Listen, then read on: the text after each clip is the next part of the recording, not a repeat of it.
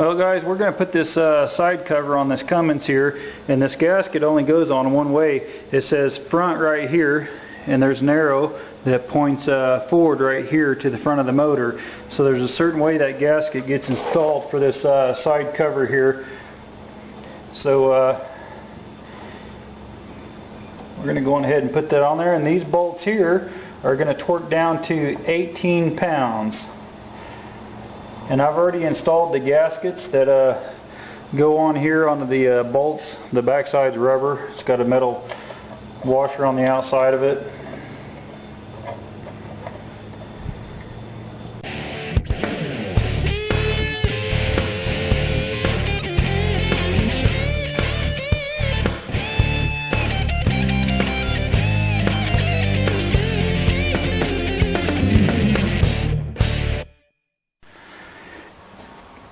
Next, I'm going to put the water pump on here, and whenever you go to build a motor, don't throw a used old water pump on there. Buy yourself a new water pump to install on your motor, because it'll just give you headaches on down the road if you don't. And there's a gasket that goes on the inside of your water pump here, an O-ring.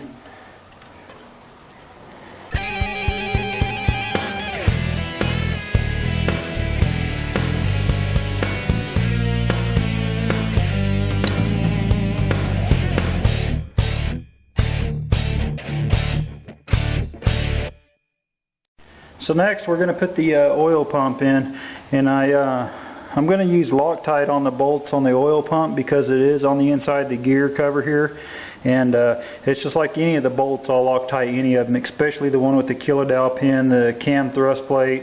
And once you have that kilodal pin fall out right here, guys, it'll come out and it'll land on top of this gear right here, on top of your cam gear, and it'll bust out the side of your gear cover right here. And you definitely want to go ahead and do some preventive maintenance on this thing while you got it this torn apart on the front side. And there's a lot of times whenever I do pick up a Cummins, the first thing I'll do is fix the kilodal pin issue.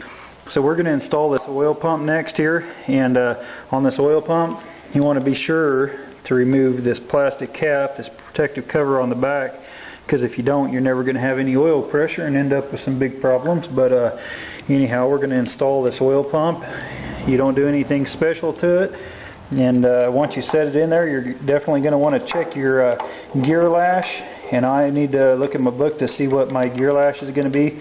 But anyway, you torque them down to about 4 pounds, and then the second time is about 10 pounds, and then the third time you're going to torque them down to 18 pounds.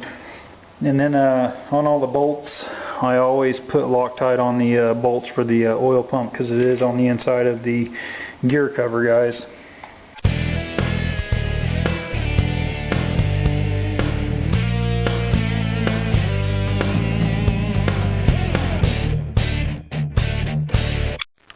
Well guys, I know there's a few of you confused on what motor's going where and what's going in what truck, but this Mahle motor here that I'm building is going to be going in the frame that's sitting here in the garage, guys. This is going to be a project of its own, and it's going to be Project Mahle. So anyway, that's going to be the name of this truck, is Mahle. So as far as it goes with the tan truck, guys, the motor that I picked up at the salvage yard, I'm hoping the motor's good. I don't know. I haven't fired the motor up.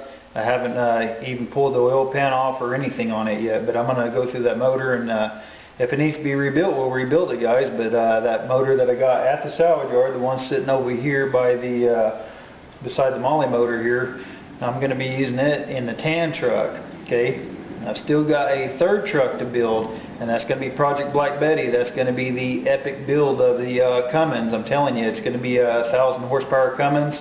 Mahle Motorsports has already jumped in, and they custom made a set of pistons for that truck, and that motor there, that 5.9 Cummins that I'll be building for it. And still got to make a trip out there to Iowa, and I'm going to have the head done and stuff out there. There's a guy out there who's going to put about 50 hours labor into that head within a 3 days time, and he's sponsoring the work he's going to be doing on the head. So as far as it goes, stay tuned, guys, and hang around, just kick back and watch and see what happens here. So things are going to get pretty cool. So thanks for watching.